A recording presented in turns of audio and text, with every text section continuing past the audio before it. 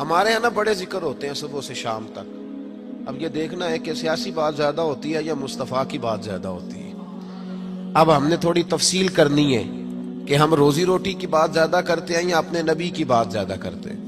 اس لیے کہ امت کا حق ہے کہ کثرت سے نبی پاک کا ذکر کرے، اور اسی ذکر کا ایک پہلو بڑا وہ یہ ہے کہ اپنے محبوب پر کھل کے درود و سلام پڑھے، کھل کے درود و سلام پڑھے. صبح و شام اس کی زبان پر درود کا نغمہ جاری رہے. اور حضور کا یہ حق ہے امت پر کہ امت اپنے نبی کی فرما برداری کرے، امت اپنے رسول کی فرما برداری کرے، اتباع کرے، اطاعت کرے، حضور علیہ السلام کے نقش قدم چلے. اور پھر 5ویں نمبر پر امت کی ذمہ داری ہے کہ امت نبی پاک کے دین کی تبلیغ کرے. دین کی مسواک کرنا سنت ہے نا جی، پتھر کھانا بھی سنت ہے، پتھر کھانا بھی یہ بھی سنت ہے. نبی پاک صلی اللہ تعالی علیہ وآلہ وسلم کی محفل میلاد میں ذکر مصطفیٰ کرنا بھی سنت ہے. اچھا پھر مزے کی بات دیکھیں، اشتہار لگانا جو ہے نا، اشتہار یہ تو بدعت حسنہ ہے. اور دروازہ کھٹکھٹا کے کسی کو محفل کی دعوت دینا، یہ میرے محبوب علیہ السلام کی عین سنت سے ثابت ہے. تو جس کا زیادہ اجر تھا نا اس طرف توجہ ہی نہیں. دروازہ کھٹکھٹا کے کہ بھائی آج محفل ہے، یہ وہ سنت ہے جو میرے محبوب نے طائف جا کے ادا کی تھی. لوگ کہتے ہیں بڑا خرچہ کیا. بھائی کیا خرچہ کیا ہے؟ کہتے ہیں میں 26,000 دے اشتہار چھاپے.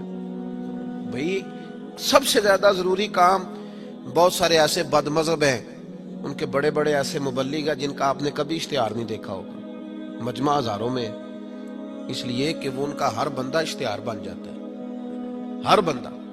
تو یاد رکھے نبی کریم صلی اللہ علیہ وسلم کا یہ حق ہے کہ امت محبوب کا ذکر کرے، تذکرہ کرے، دین کی تبلیغ کرے. اور حضور کے دشمنوں کے ساتھ بغض رکھنا یہ بھی نبی پاک کا حق ہے. ایسا نہیں ہو سکتا کہ ایک بندہ حضور کی بے ادبی کرے، توہین کرے، محبوب کے نواسوں کو باغی کہے، حضور علیہ الصلوۃ والسلام کے صحابہ کو برا کہے اور ہمارا یار بن جائے. یہ حضور کا حق ہے کہ ہم نبی پاک کے دشمنوں کے ساتھ اپنے دل کے اندر کجی رکھیں، ان سے بچیں. میری باتوں کی سمجھ آ رہی ہے میرے بھائیوں؟ یہ حقوق ہیں جو ہم نے نبی پاک علیہ السلام کے حق ادا کرنے، اور جس سے محبوب کو محبت ہے اس سے محبت کرنا بھی ہماری ذمہ داری ہے. حضرت مجدد الفسانی رحمت اللہ علیہ فرماتے ہیں کہ میں نا گھر میں ختم شریف پڑھتا تھا، اصال ثواب کرتا تھا، تو میں بہت سارے صحابہ کا نام لیتا، اہل بیت کا نام لیتا، اصال ثواب کرتا، صرف سیدہ عائشہ کا نام نہیں لیتا تھا. تو کہتے ہیں مجھے نبی پاک صلی اللہ علیہ وسلم خواب میں ملے اور سرکار نے فرمایا شیخ احمد تجھے پتہ ہے نا میں اکثر کھانا عائشہ کے دسترخوان پہ کھاتا ہوں، تو اس کا ذکر ہی نہیں کرتا. تو ہر اس شخص سے جس سے محبوب نے محبت کی، ہر اس شخص سے محبت کرنا یہ نبی پاک کے حقوق میں شامل ہے.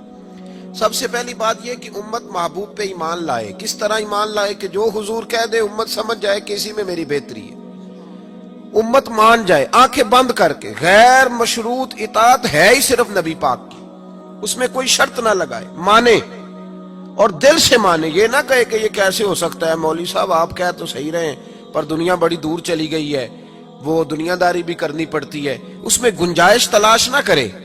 جو حضور کہہ دیں اس پہ ایمان لے آئے، جو نبی پاک فرما دیں اس پر ایمان لے آئے. نبی پاک صلی اللہ علیہ وسلم مکے سے ہجرت کر کے مدینے تشریف لا رہے تھے. حضرت ابو بکر صدیق ساتھ تھے.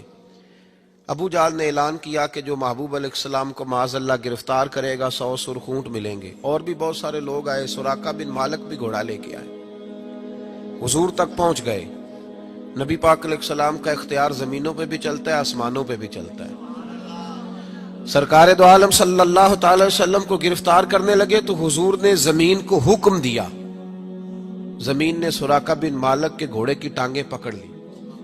گھوڑا اندر دھسنے لگا تو سراقہ کہتے ہیں میرے اندر سے آواز آئی یہ اللہ کے سچے نبی ہیں، لیکن ابھی میں پورا مانا نہیں.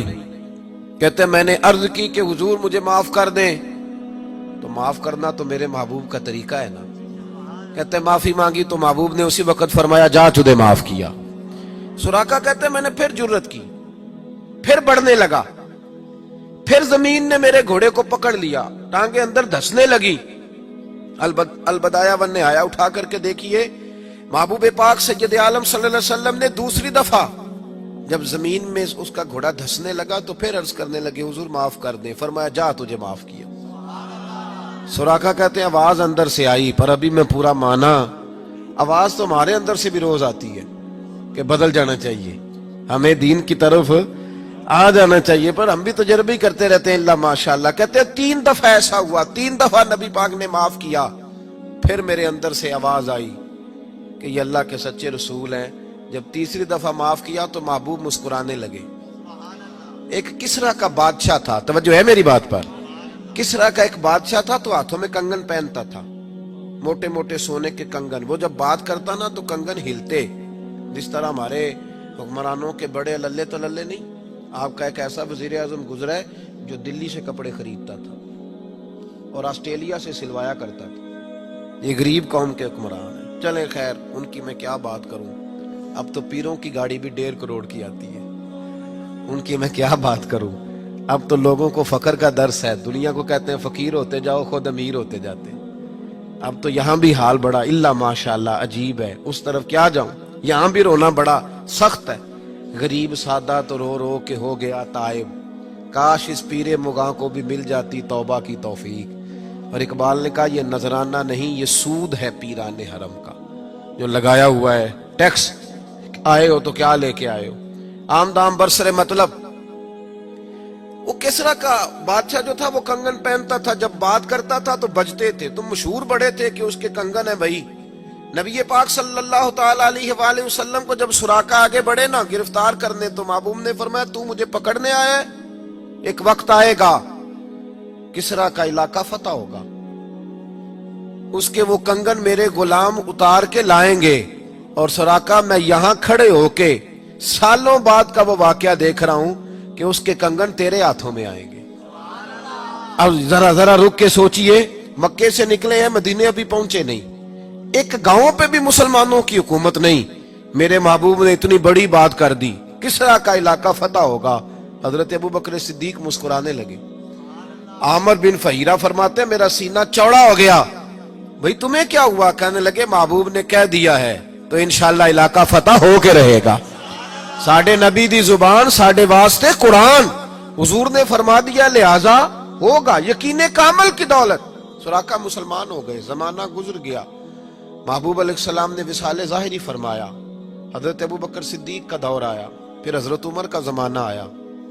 एक मौके पे जंग हो रही थी, साहिब तबकात ने लिखा है जंग हो रही है तो काफिर किला बंद हो गए। बड़े बड़े किले होते थे, आपने देखे होंगे पुराने किले, छोटी ईंट के बने होते थे, लकड़ी का दरवाजा होता था बहुत बड़ा। और दिफाई जंग जब लोग करते थे ना दिफाई महाज पे, तो 2-3 महीने का राशन लेके लोग अंदर बंद हो जाते थे। मेरी बातों की समझ आ रही है मेरे भाइयों को, अंदर बंद हो जाते थे, काफिर किला बंद हो गए। हजरत साद बिन अबी वकास रदी अल्लाह तआला अन्हु की क़यादत में जिहाद हो रहा था। अब काफिर ना बाहर आते हैं, बाहर आए लड़ाई हो तो पता चले ना हारा कौन जीता कौन। अब वो अंदर बंद है, बाहर ही नहीं निकलते, और मुसलमान अंदर जा नहीं सकते, किले की दीवारें बड़ी ऊंची हैं। एक मंजनीक होती थी गुलेल की तर्ज पे बनी, उसमें रख के ना बड़े बड़े पत्थर तो अंदर फेंके जाते थे। पता है आपको मंजनीक कैसे होती थी, वो 2 बड़े बांस रख के ना ऊपर, तो उसको गुलेल की तर्ज की बनाया जाता था, रस्सी डाल के नीचे उसके पत्थर रख के 2 आदमी पहले यूं दौड़े जाते थे, फिर छोड़ा जाता था तो पत्थर जाके लगता था। तो सहाबा ने मशवरा किया कि अंदर पत्थर फेंकते। फिर एक सहाबी कहने लगे यार अंदर पत्थर फेंकेंगे वो पता नहीं कहाँ है, उन्हें लगे कि ना लगे। हजरत सुराका बिन मालिक भी थे, कहने लगे पत्थर ना फेंको, मंजनीक में रख के मुझे अंदर फेंको, मैं अंदर से जाके दरवाजा खोलता हूं। और उनको पकड़ लेते हैं। उन्होंने कहा जनाब कोई समझदारी वाली बात करें, आप किधर निकल गए। पहली बात तो यह है कि जब हम आपको अंदर फेंकेंगे तो आप इस कदर तेजी से गिरेंगे कि आपकी हड्डी पसली कोई नहीं बचेगी, और अगर आप जिंदा बच भी गए तो यहूदी आपको छोड़ेंगे नहीं। जनाब सुराका कहने लगे तुम इस तरह करो, मेरी परवाह ना करो, मुझे फेंको, मुझे कुछ भी नहीं होगा, मैं जिंदा दरवाजा खोल लूंगा और तुम्हें दिक्का। बाबा जी रात से पर्दा तो हटाएं, फरमाया वो बाद में बताऊंगा, पहले फेंको तो सही। जबरदस्ती का फेंको, डाला अंदर मंजनीक के अंदर, फेंका, थोड़ी देर गुजरी तो हजरत सुराका दरवाजा खोल के बाहर आ गए। फरमाने लगे लो भाई मुझे तो कुछ भी नहीं हुआ, कपड़े झाड़ रहा हूं, कोई शय नहीं। बाहर आए, जंग हुई, फतह हुई। अब सहाबा उनके गिर्द बैठ गए, कहने लगे सुराका वो करामत क्या है, وہ کون سا نسخہ ہے